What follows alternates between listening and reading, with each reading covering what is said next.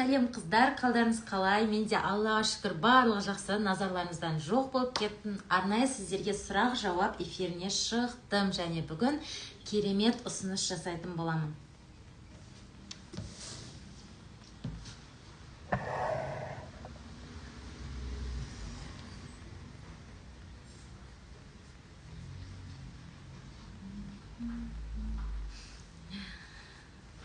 Барлықтарыңыздың іштеріңіз пісіп отқан сияқты ғой, иә? Саламатсыздар ма? Қош көрдік, қыздар, қалайсыздар?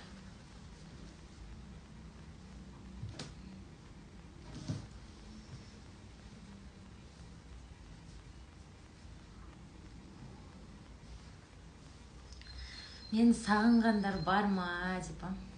Көпшілігі что-то жаңадан жазылған адамдар сияқтысыздар. Жаңадан жазылған кісілермен танысайық. Мен де сіздерді сағындым, осылай шығып, эфирға әңгіме айтып, сұрақтарыңызға жауап беріп.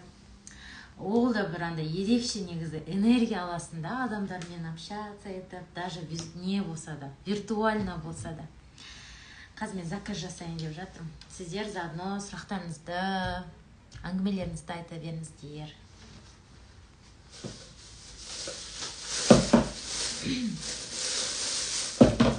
Қазір уже местный клубникалар шықты, дәмі енді просто. Дәмі керемет қой.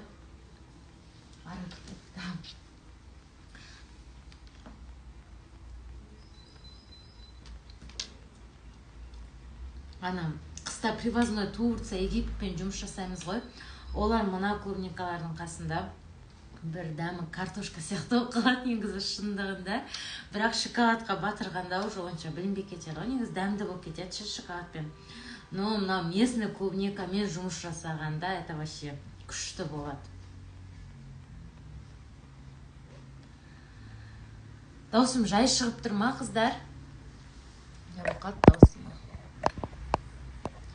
Даусым шығып тұр ма?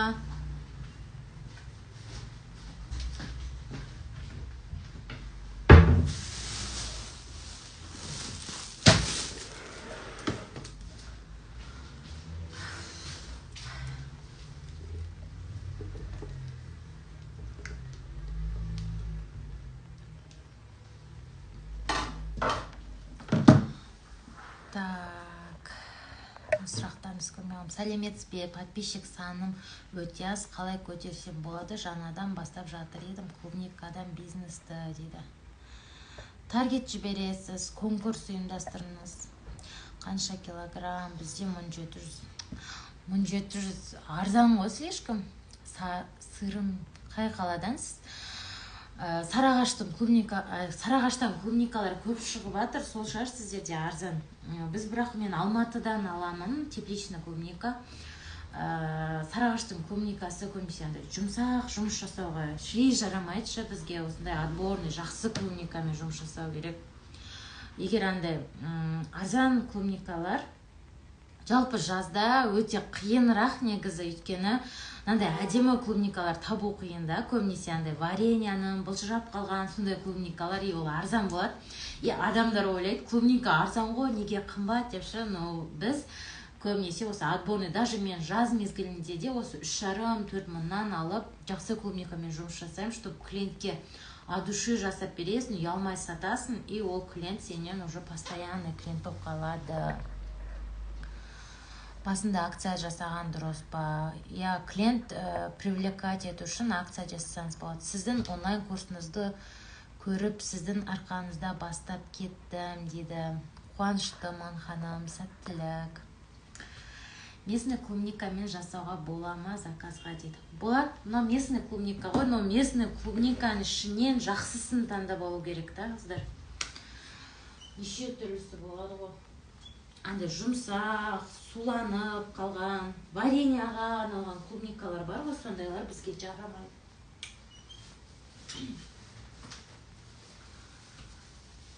Бәрі шоколад болып кетеді. Қаншадан аласың клубниканы? Соңғы мына клубниканы мен 3800-ден алдым. Әр қалай 3800, 4000, 4,5. Клубника аз болып жатса 5000 болады. Что-то шоколадым азақ қапты. Шоколад жасау керек екен. Қанша штука көрейін.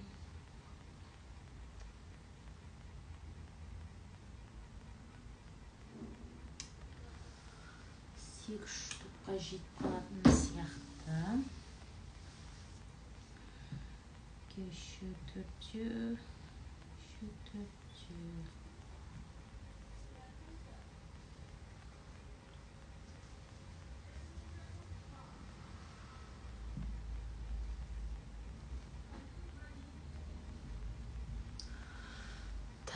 Сәлеметсіз бе, сухофрукты букет сату қиын болып тұр деді. Сухофрукты негізі қыздар менде ассортиментке қосып қойғам. Но мен оны көбінесе рекламаға шығарып солай жұмыс жасамайын да. Негізі сухофруктымен айналысып жүрген кісілер де бар. Тек қана сухофрукты жасап, соны рекламаға көрсетіп. Негізі адамдардың көзіне нені көп көрсетесіздер, соны клиент сіздерден алады да. Мен мысалы маған больше клубника в шоколаде ұнайды. И менің негізгі бағытым клубника в шоколаде. И солайынан клубника в шоколаден жасап сатам да. Соған реклама жіберем, соған заказ түседі менде. Но ол неде емес. Егер сухофруктымен айналысам десеңіздер де оны да сатуға болады. Тоже реклама жіберіп, солай көбірек көңіл бөлуіңіз керек да. Негізі сатылмайтын зат жоқ, сата алмайтын адамдар бар.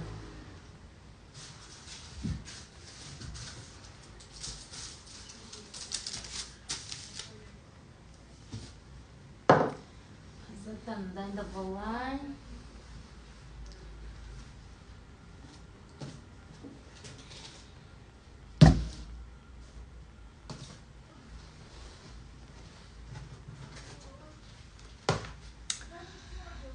Сәлеметсіз бе? Мен 40 мыңға курс алып едім. Жолдасым заттарын алғызбай отыр. Не істесем болады дейді. Көндірес енді күйеуіңіздің тілін табыңыз, күйеуіңізді бізден жақсы өзіңіз білесіз ғой. Білмеймін енді. Онда кезде қалай кеңес айтсам.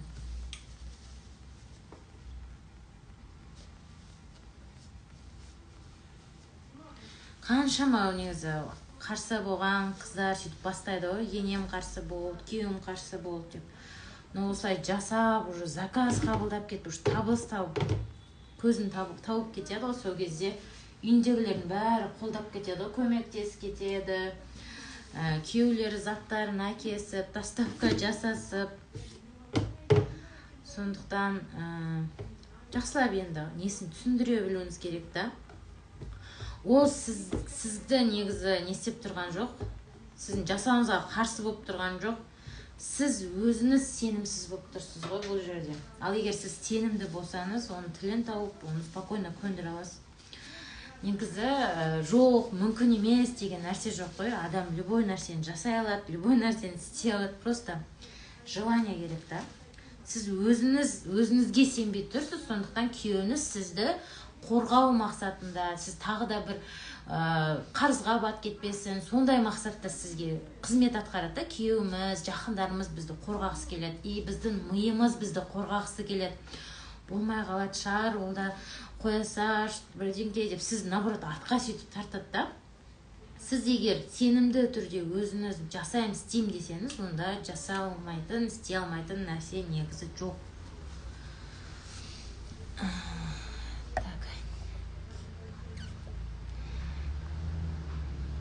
Жаз айларында турецкий клубника болмайды, қыздар. Жаз айларында местный клубникамен жұмыс жасаймыз. Маркетинг сабақтарында бар ма сату сухофрукты дейді. Жалпы маркетинг сабағы ол жерде маркетинг сабағын үйреніп алсаңыздар, любой нәрсені сата берсеңіздер болады ғой. Главный мақсатын, главный құралдарды, инструменттерді игеріп аласыз ғой. И сіз даже мынау клубника в шоколаде болсын, сухофрукты болсын жасайсыз. Может сізге ол не по душе болады, может сіз оны ұнатпай қаласыз. Может сіз басқа нәрсе сатқыңыз келіп кетеді. В общем, любой нәрсені сатып кетуіңізге сізге ол керекті білімді. любой нәрсені сату үшін қазіргі таңда Инстаграм жүргізу керек, любой нәрсені сату үшін қазіргі таңда таргет реклама жіберу керек. Таргет реклама жіберу үшін оны рекламный креатив баннерін дайындау керек. Сіздің келген клиенттерге сату үшін сіз дұрыс сата алып, сөйлесе алуыңыз керек. Соның барлығы вот сол сабақта үйретіледі толық.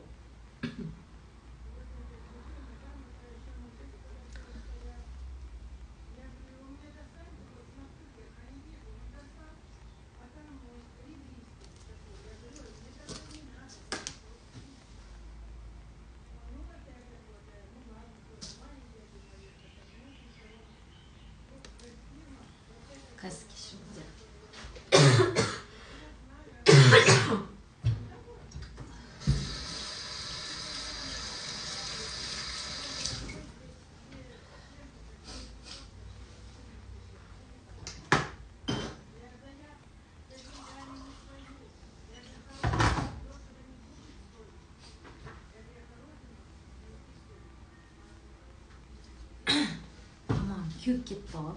Көптен бері эфирге шықпағанға уже көп сөйлемей үйреніп қалған ғой.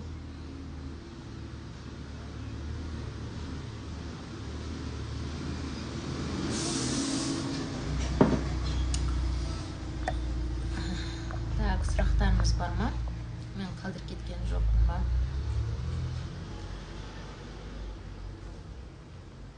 Жаз айларында турецкий клубника болмайды. Ярмаркаларға шығып көрдіңіз ба? Ярмарка тоже клиенттің арнасына келетін тағы бір құрал негізі. Оны жасап көріңіздер. Мен жеке өзім негізі шығып көрген жоқпын. Бірақ шығу ойымда бар. Оған алдын ала дайындалуыңыз керек. Яғни үлкен праздниктер болатын кездерде негізі ярмаркаға қатысқан жақсы деп ойлаймын да. И ол жаққа осылай тез бұзылмайтын нәрселерді көп шығару керек. Плитка шоколад деген сияқты. Бана клубника в шоколаде в стаканчике істесеңіздер, андай адамдарға қатты қымбат емес, тез ала қоятын нәрселер көп жасап шығару керек негізі. Ярмарка тоже негізі жақсы инструменттердің бірі. Мен де алдағы уақытта шыққым келіп тұр ярмаркаға. Сондықтан, егер сондай мүмкіндік болып тұрса, ярмаркаға шығып көріңіздер, қорықпаңыздар қыздар.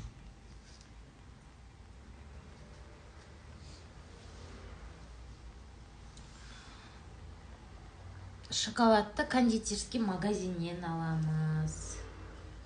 Калибаут деген шоколад мындай. Уже білет шығарсыздар, поставлено көрсетемін ғой. Так, клубника қалай арзандау алуға болады? Клубника табу керек қой. Жақсы клубниканы табудың өзі үлкен бақыт болады жазда негізі. Жазда жақсы клубника табу кішкене қиынырақ. Себебі местный клубникалар бәрі қандай, в основном вареньяға, сондайға ғой, жұмсақ бұлшырап кеткен. А вот мынандай отборный жақсы клубниканы іздеп жүріп аласыздар. Қымбат болса да алған, жақсысын алған дұрыс та. Мысалы айттым ғой бана жаздың өзінде мен 3,5-4,5 арасында именно отборный клубниканы алам. Майдасыз, андай ірілерін сұрыптап сататта, арнайы қымбат қылып ше.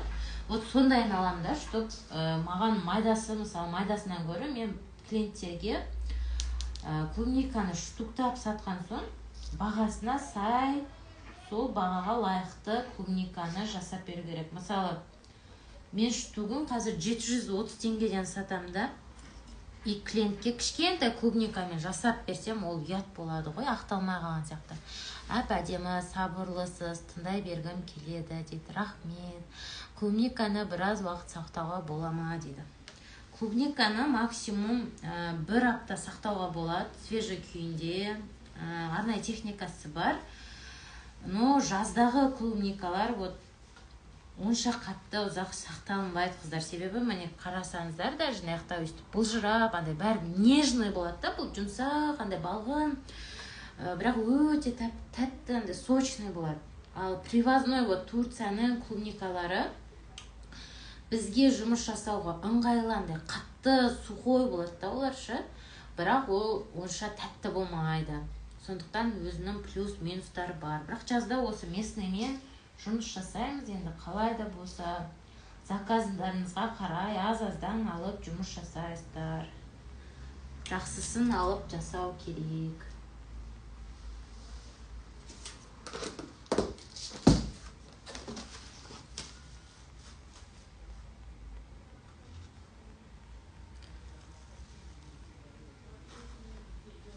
Басқа не жаңалық, қыздар? Маған жаңадан тіркелсеңіздер, танысайық, қай қаладансыздар, немен айналысасыздар? Мен есімім Бағжан Дастанқызы деп танысқайым ба? Бұл салада уже 2 жылдан асып қалды.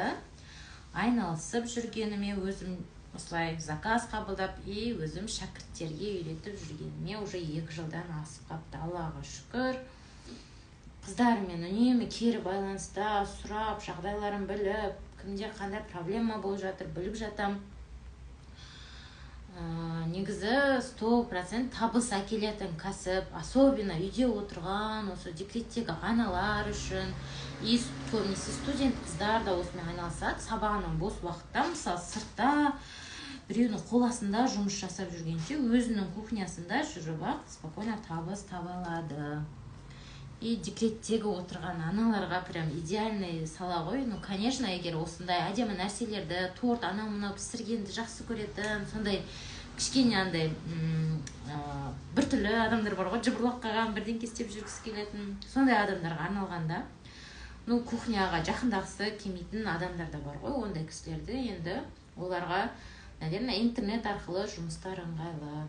Маған осындай мысалы әдемі нәрселер істеген ұнайды. Бұрын кондитер болып торт пісіретін заказға.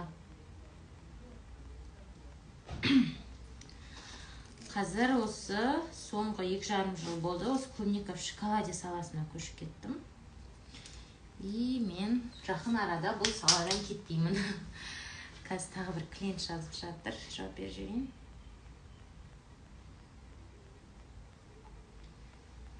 Менің клиенттерім еще постоянный клиент болып қалады. Себебі әрқайсына на совесть жұмыс жасап, жақсылап сервис көрсетсеңіздер, клиенттер уже тұрақты болып қалады.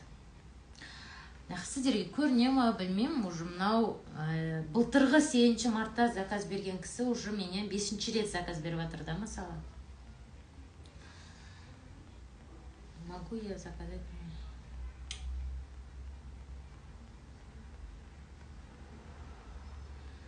Так, 6 деп айтайық.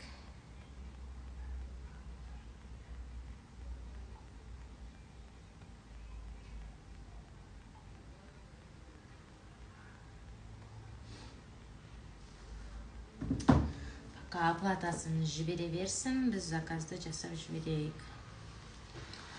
Мен де торт пісірем, мамамдағы мұғалім, мектепте шыққым келмейді. Мамандығым мұғалім, мектепке шыққым келмейді. Вот сізге арналған сала ғой. Мен туған әпкемді де уже білет шығарсыздар, парақшамда бірнеше рет айттым ғой. Ол кісі садикте сурет сабағынан беретін, тоже как мұғалім ғой онда. Солай жұмысы сурет салу, сол ұнайды, мысалы жұмысы ұнайды, но бәрібір де мектепте, білесіздер ғой, қағаз басты, сондай жұмыстар вообще. Мен мысалы ондайды вообще көтере алмаймын. Сондай істеп жүрген, солай әпкемді әрең көндіріп жүріп, осы саланы бастатқанмын. Ол кісі де жақсы қазір осы Тараз қаласында клубника в шоколадемен айналысып жүр. Тараз қаласындағы номер 1 десем де болады. Бәр клиенттері тұрақты, іздеп жүріп, жасамай қалса, жасанышы деп қинап жүріп заказ беріп алады ол кісіден. Себебі осылай клиентке на совесть жұмыс жасасаңыздар, барлық клиенттеріңіз тұрақты болып қалатын болады. Сіз қымбат сатсаңыз да, сізден келіп алатын болады. Вот сол қағаздарды жеп көрем, сол үшін барғым келмейді. Қиын ғой негізі. Қағаздары бітпейді, мұғалімдер, больниц, дәрігерлер деші барсан әйтеуір қағаз жазумен болады, сенің денсаулығында шаруашылық болады. Қағаз, қай жерге бірдеңкеге бару керек болса, мұғалімдер мен дәрігерлерді жібереді.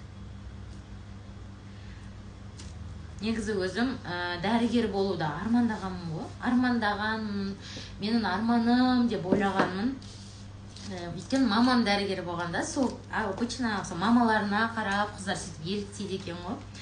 сөйтіп мен сол негізгі мақсатым арманым деп сөйтіп ойлайттым. Сөйтіп 11 класс бітіргенде биология таңдап, в общем медицинскийға солайына түскім келіп армандап бірінші курста тапсырғанда, бірінші курс дептім ғой, 11 класстан кейін НТ тапсырам, и биологиядан кейін мен мұғалімдікке грантқа түсіп кетем ғой. Мұғалім, биология пәнінен мұғалім.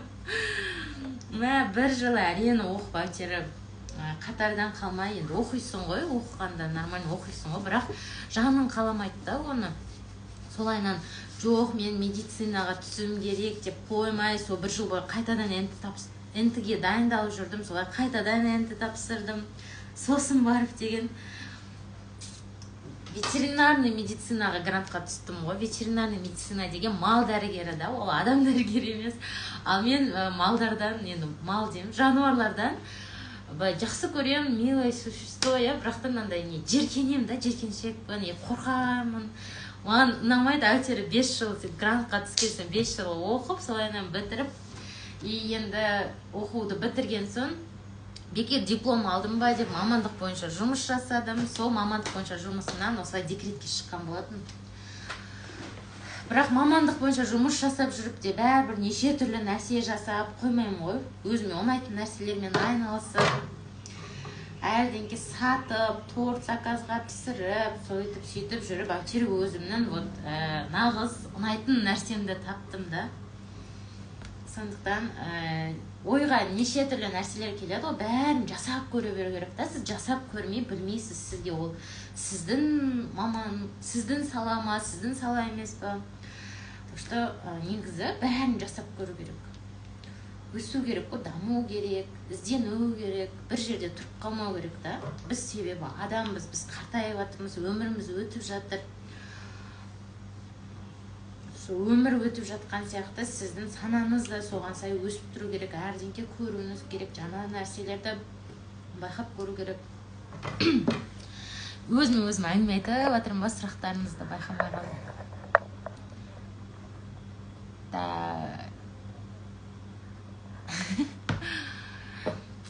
Қазір мен сіздердің соңғы сұрақты тауып алайын. Клубника, так. Жаздық клубникалар майда болып жатыр, дейді. Вот, соның отборный ірісін алу керек та, отборный алсаңыз қымбат болады. Конкурс қалай ұйымдастырасыз, дейді. Спокойно. Конкурсты қалай ұйымдастырасыз? Кәдімгі парақшаңызға, сторисқа шығып, айтасыз, конкурс ұйымдастырайын деп жатырмын. Сосын баннер дайындайсыз, конкурстың несін, шартын, призын қойып жүр. И соны таргетке шығарасыз. Сол кезде конкурсқа адамдар келеді, сізге комментарийге 3 досыңды белгіле, сондай өзіңіз конкурстың шартын құрастырасыз, сол бойынша, в общем, лизанайр немесе случайный тыканье арқылы конкурстың нәтижесін, мысалы 3-4 күнге конкурсты жарияласызда, или 1 аптаға деп сол конкурс өтеді, и кәдімгідей уәде еткен нәрсені солай эфирге шығып, жасап, сыйласаңыз болады. Осылай қолмен ұстасаң, анау мынау дейді ғой, дейді. Конкуренция жайлы айтыңызшы, ұйымдастырып көріңіз. Осылай қолмен ұстасан деген қалай? Конкуренция өте көп, қыздар. Конкуренция деген вообще менің сүйікті темам. Конкурент деген вообще ол сіздің досыңыз ғой, сізге наоборот көмекші құрал да. Сіз конкуренттер жасап жатса, уже сұраныс бар деген сөз. Конкурент күнделікті сторисін жүргізіп, жұмыс жасап жатса, значит, заттар өтіп жатыр деген сөз. Сіз барып, тура солай одан жақсы етуге, яғни андай дамайсыз да, конкурентпен жарысып, істеп, сіздің жұмысыңызды алға басады. Ал егер конкурент ешқандай жоқ болып, өзіңіз жалғыз болсаңыз, сіз андай, наоборот, растеряцияда қаласыз, қалай істеймін, неден істеймін деген сияқты. Ал конкурент деген сізге дайын шаблонда, соған қарап, сіз уже не жасайсыз, не жасамау керек, қалай жауап беру керек, барлығын солай анализ жасап конкуренттен алуға болады. 2 коробка алам дейді оны кісі. Есептеп жүрейік.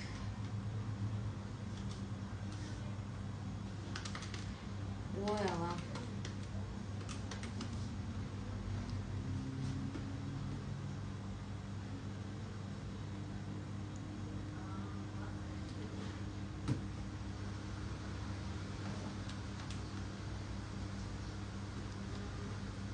маған ақша аударды ма, қазір өшіп қалдым ба, кешіріңіздер. Клиент заказ беріп жатқан ғой, соның ақшасы түсті ма көре салайын деді. Осылай қолмен ұстасан анау мынау дейді ғой дегенді түсінген жоқпын. Мен де торт пісірем, мамандығым мұғалім, айттық я банан. Тұрақты жұмысым бар, қосымша жасасам қалай ойлайсыз? Қосымша жасап жатқан қыздар өте көп. Яғни мұғалім болып жасап жүрген қыздар да бар, уже жасай келе, уже мына жақта табыс көп екенін көріп, еще ол сізге сүйікті ұнап тұрған іс екенін көріп, сіз алдағы уақытта жұмыстан шығып, спокойно шығып кете аласыз да, уже қосымша жұмыс қылып бастап көріңіз басында. Мен жаңа сол туған әпкемді айттым ғой, солайынан басында бастады и жұмысынан шығып кетті ғой, солайынан заявление жазып, маған сүйінші сұрап тұр ғой, жұмыстан шығып кеттім деп. Рахмет деп ше, мысалы жұмысында айына 140 мың айлық алатын, клубника в шоколаде жасап, қазір таза табысы 300-400 мың таза пайдасын көріп отыр да. Үйде отырып, балаларын сабағын қадағалап, тамағын уақытылы жасап, балаларын әртүрлі үйірмелерге апарып, рахат емес па қыздар? Вот, солай. Жасайым деген адамға самый идеальный бизнес қой. Так, мен клиенттің заказы қандай етеміз?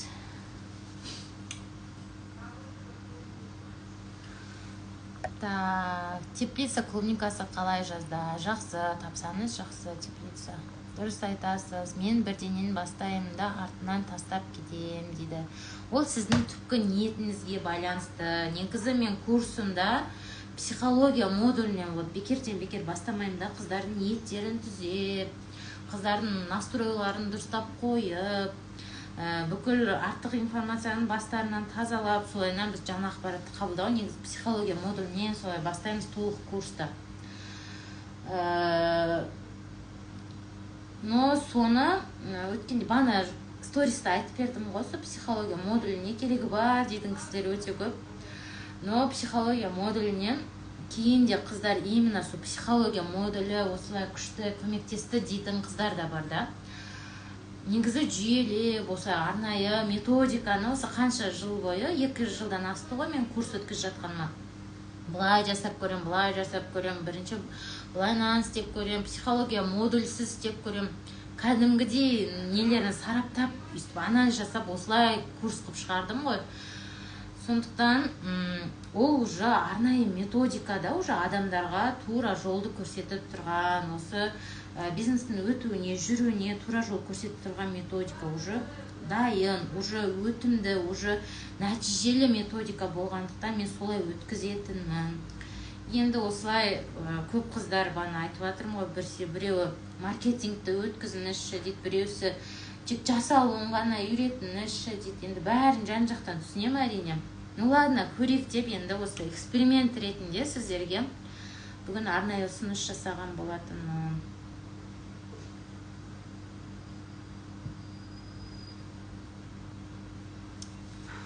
Так, мен бастаймын да сосын қалып қояды дейді қыздар. Таяқ жейтін қыздар ғой. Ол деген түпкі ниеттеріңіз басында дұрыс болмайды да. Басында осы бастағанда біреуге бірдеңке дәлелдегіңіз келсе, басында бастағанда, ой, мен де бүйтіп байып кетемін, ой, мен осыны үйреніп алып, мен де ертең обучение өтемін деген сияқты ниеттеріңіз болса, бастамай жатып солай желдеріңіз шыққалады. Ал ниетіңіз прям таза, осылай жасап үйреніп алсам, осылай үйде отырып, хотя бы осынша табыс тапсам деген сияқты бір қалай дұрыс ниеттеріңіз болса, біреуге бірдеңке дәлелдеу сондай емесші, онда сол ниеттеріңізге жетесіз. Яғни бір мақсат қоясыз уже. Осайда осынша табыс табуым керек. Ол табысты табу үшін мынанша заказ жасау керек. Мынанша заказ жасау үшін мынау жазып тұрған клиенттерге дұрыс сату керек. Соның барлығы арнайы стратегия негізі үйретіледі. Негізі жасаған адам табыс тауып жатыр. Оның бәріне мен шәкірттерім, менің нәтижелерім ба, қалай сіздерге дәлелім ғой. шәкірттерім, өзім, көп клубникаларыңыз бұзылып қалатын кездер көп бола ма, әлде бәрі өтіп кете ма, каждый раз дейді. Әрине өтіп кетеді. Енді мен уже қанша жыл бойы жасап келе жатып сондай шығынға батпайтын шығармын. Бастапқы кезде қыздарға сол үшін айтам, аз-аздан 1 кило, даже мынандай бір ыдыста, мысалы 500 граммдап сатылады да, солай 500 грамм сөйтіп алып жасаса да болады. Но уже күнделікті заказ болған соң ящиктап аласыңдар.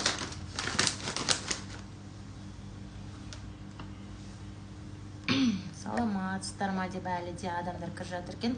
Жазда осы клубника в шоколадға сұраныс бола ма? Негізі жазда заказ өте аз бола ма? Жазда өтпейтін сияқты көрінеді дейді.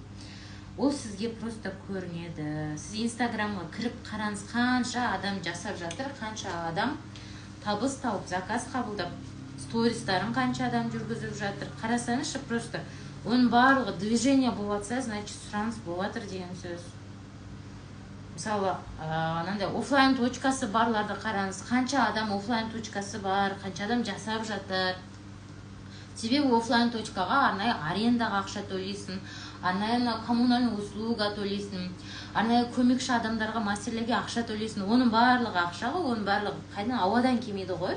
Осы заказ болғандықтан, жұмыс жүріп жатқандықтан, солар төлей алғаннан кейін уже осылай жұмыс жасайсың, я. Сондықтан оның барлығы просто сіздің басыңыздағы шектеулер.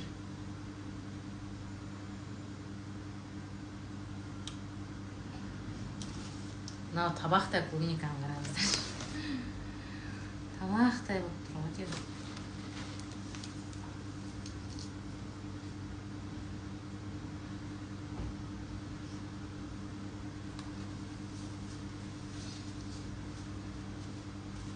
Так.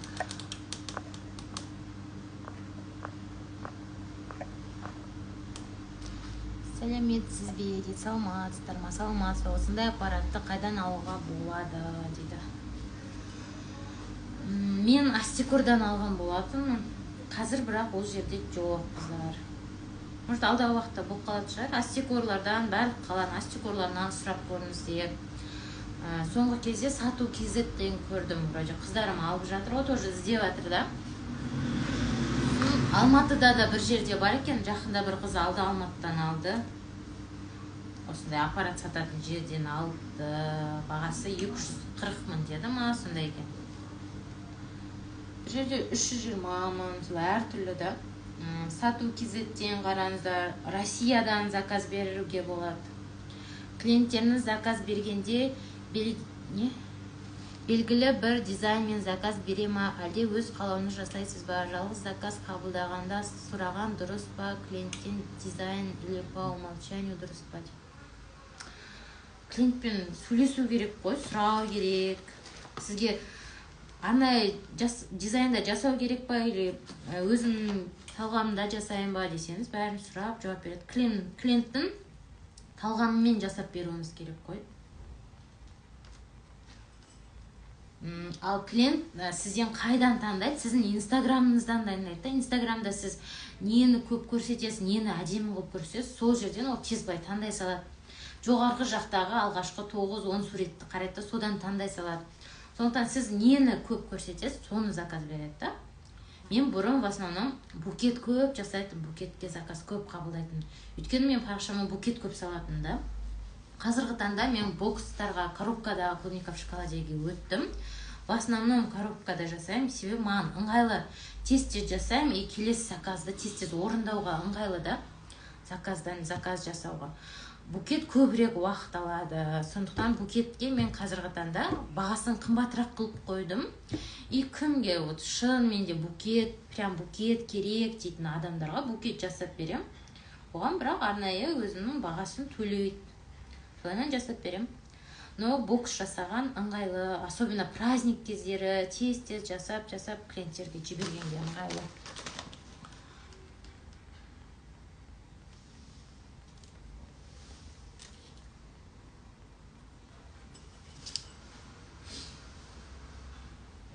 Осындай аппарат бар екен, 15 мың тұрады, қытайский деген сол жақсы ма екен дейді.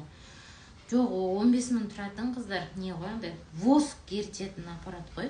шугаринг жасайтын не бар ғой, воск бар ғой, соны ертетін аппарат. Ол жерде тек ыстат да, шоколадтың градусын не істей алмай қаласыздар. Регулировка жасай алмай қаласыздар. Ол шоколадыңызды ысытып жерсе, шоколад қатпай қалады, білетін шығарсыздар. Капризный.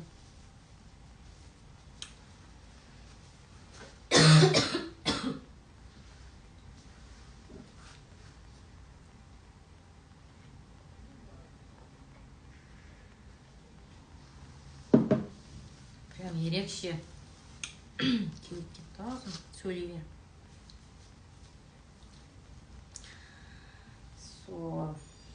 Міне жасыл клубникалар осылай сулы болып келеді. И салфетка көп кетеді да, осыны құрғату үшін. Қараңыздар, қанша салфетка не істеп жатырмын. Салфеткамен сүрту обязательно, себебі шоколадтарыңыз дұрыс жабыспай қалады.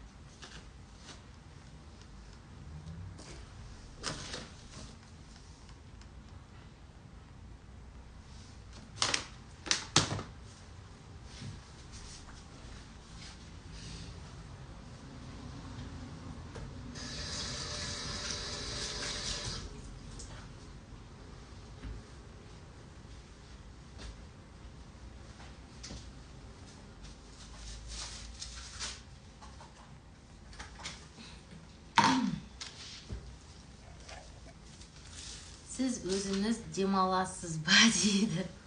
Демалам, я. Воскресенье сайын демалам.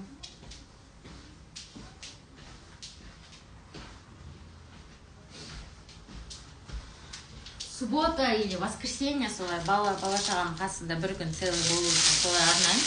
Ал былайынша беске қарай уже жұмыстан қайтып кетемін ғой. Екінші сменге көмекшім келеді. Былайынан негізі жұмысымның өзі демалыс қой, қыздар. Жұмыста мен наоборот жұмыста демалам да, үйде наоборот жұмыс десем болады. Рахат қой, просто қараңыздар, шоколадқа батырамын да клиенттерге. Қуаныш сыйлаймын. Мен бұны бір жұмыс деп те айтпас едім.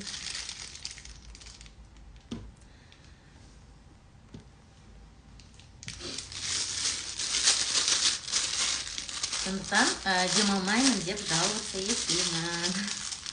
Микроволновкада шоколадты ертіп жасасақ шығады ма? Әрине шығады. Но аппараттарды алмай тұрып, мен микроволновкада жұмыс жасайтын. Микроволновка алмай тұрып, мен водяной баняда жұмыс жасайтын. Сондықтан ол құрылғылардың болуы обязательно емес. Даже үйде газдың көмегімен водяной баняда да жұмыс жасай аласыздар. Барлығы өз уақытымен ақырын болады. Жаймен жұмыс жасап келіп, микроволновка аласыз. Тағы да оборотты көтеріп, аппарат аласыз. Аппарат негізі обязательно деп айтпас едім, қыздар, себебі бұл аппарат үнемі қосылып тұру керек. Ал сіздерде тұрақты күнделікті 5-6 хотя бы заказдарыңыз болса, онда нормально да. Ал егер заказдарыңыз ондай көп болмаса, микроволновкада жұмыс жасаған қайта тиімді.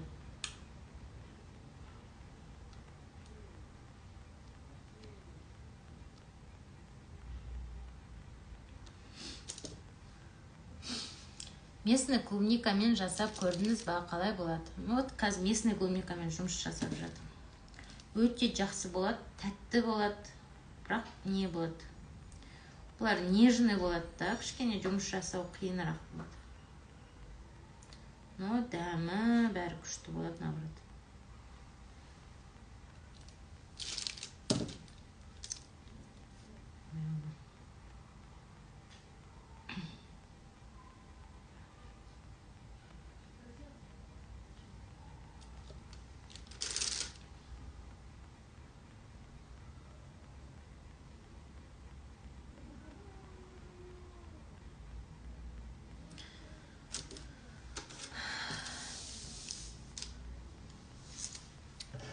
Алла сізге береке берсін дейді. Рахмет, қыздар, аумин.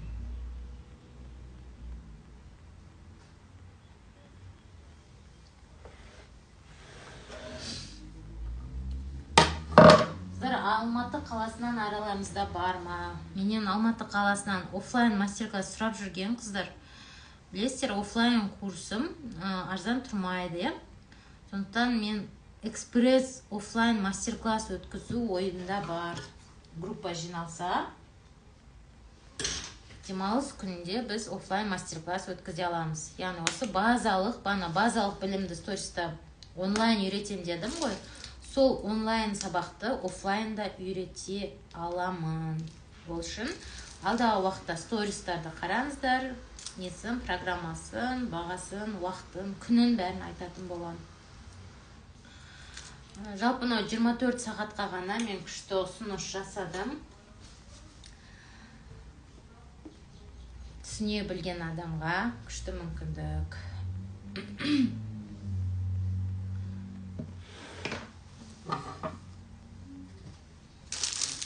Вот қыздар, сіздерге көрініп тұр ма, білмеймін даже. Бәйнен жасап шықтық, қазір коробкаға саламыз. Сіздермен сөйлеп тұрып, енді 48 минуттай болыпты. Атап мен бұны бір 10-15 минутта жасап тастайын.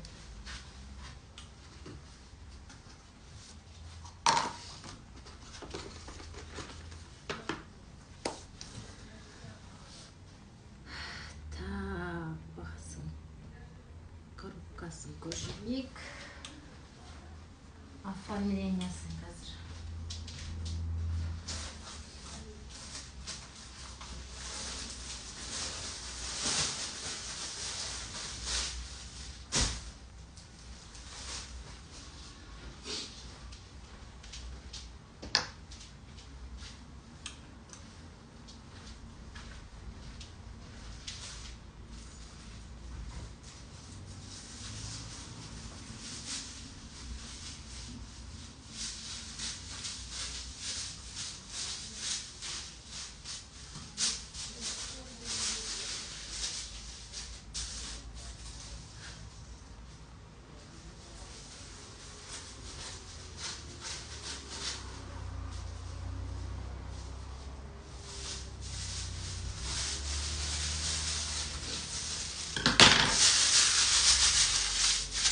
Рахмет, сізге көп кондитерский магазинге сатады дейді. Нені?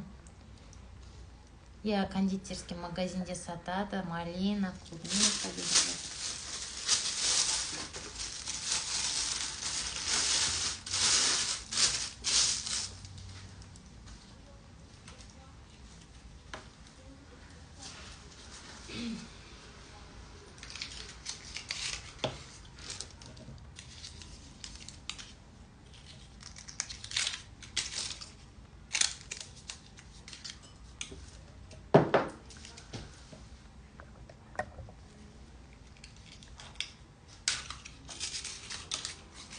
Сіздеріңіз бәріне жазып, сұраныз, WhatsApp-тары бар ғой. Қазір барлық кондитерский магазиннің инстаграмы бар. Көп жерде болу керек, негізі көп жерде бар.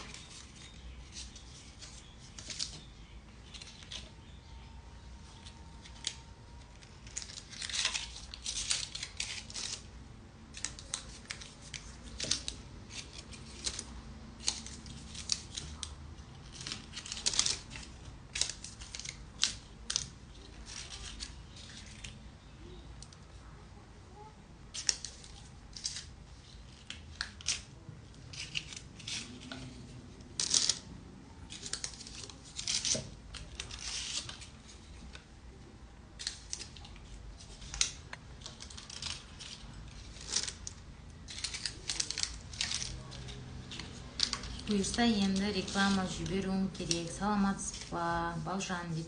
Менің есімім Бағжан қызы.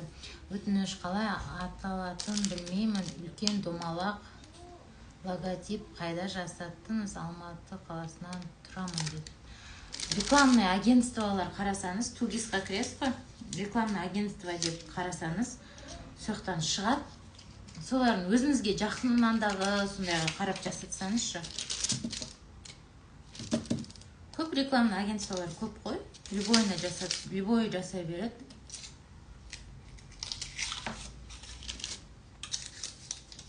Типография, рекламный агентство дегенде тугисқа жазсаңыз шығады.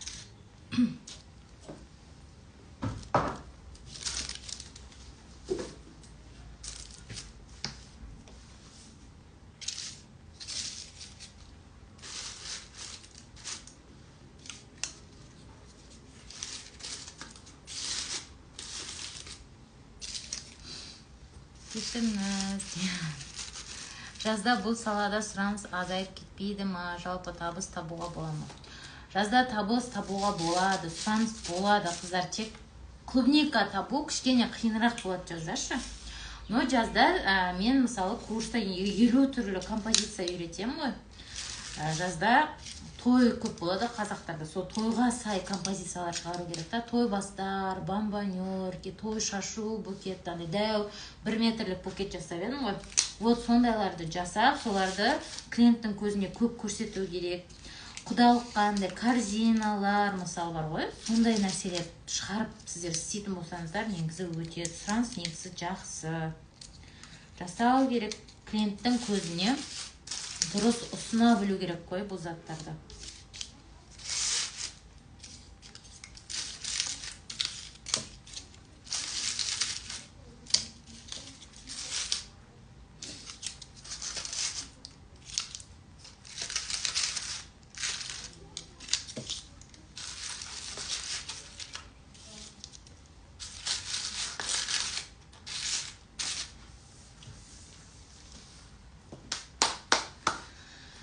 Вот болып қалдым.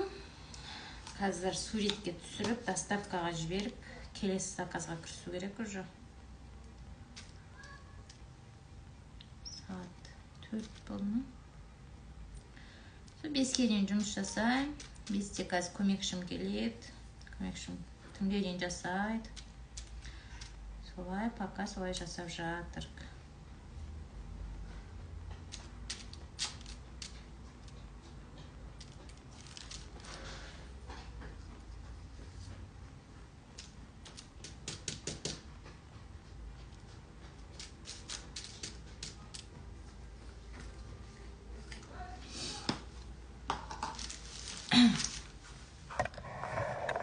Көрсетейін.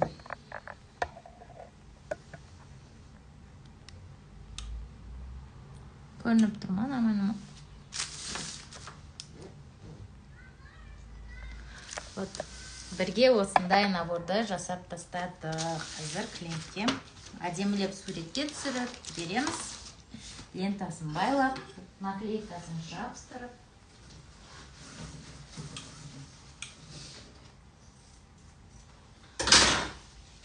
Назарларыңызға көп рахмет, қыздар. Жалпы әшейін осы сұрақ жауап ретінде эфирге шыққан болатынмын. Және стористі байқаған болсаңыздар, стористі көрген болсаңыздар, жақсы, өте ыңғайлы ұсыныс жасадым. Ол ұсыныс 24 сағат қана болады. Яғни арнайы осы клубника в шоколаде именно жасалуы, қайдан заттарын аламыз, қалай шоколадты темперировать етеміз. Ең негізгі базалық білім бөлек бір сабақ қып шығардым. Және осы клубника в шоколаде біреулер жан-жақтан үйреніп алады, өзі жасап жүреді, бірақ сатамай жүреді, заказ болмай қалып жүреді. Сол кісілерге арнайы маркетинг сабағын шығардым. Яғни кім базалық білім оқысы келеді, кім маркетинг оқысы келеді, менен прям күніге осыға дейін сұрап жүрген кісілер, сіздерге жақсы мүмкіндік. Екі қай пакет сіздерге ыңғайлы, өздеріңізге ыңғайлысын таңдап, 24 сағат қана, яғни ертең дәл осы уақытқа дейін ғана болады ол ұсыныс. Кім жазылып үлгереді, сол кісілерді оқытып үйретем. Потом менен қайтадан осындай бөліп, яғни арнайы маркетингті бөлек, ананы бөліп не істеуді сұрамаңыздар, я. Кім осыға дейін сұрап жүрді, үлгеріп қалыңыздар. Так, сұрақ қойсыздар ма тағы да? Осындай эфир жасап тұрыңызшы жиі дейді. Жасауға тырысам, Алла қаласа. Көмекшіге айлық төлейсіз бе, или заказына қарай төлейсіз ба дейді. Заказына қарай төлеймін. Және оклад. Мен сол сата алмай жүрмін дейді. Сізге маркетингқа обязательно өтіп оқып алыңыз. Бұндай тиімді ұсыныс вообще ешқашан болмаған. Курсымның бағасын білесіздер. Бұл вообще жеке арнайы қылып шығарып тұрмын. И ол мүмкіндікті жіберіп алмау керек, қыздар.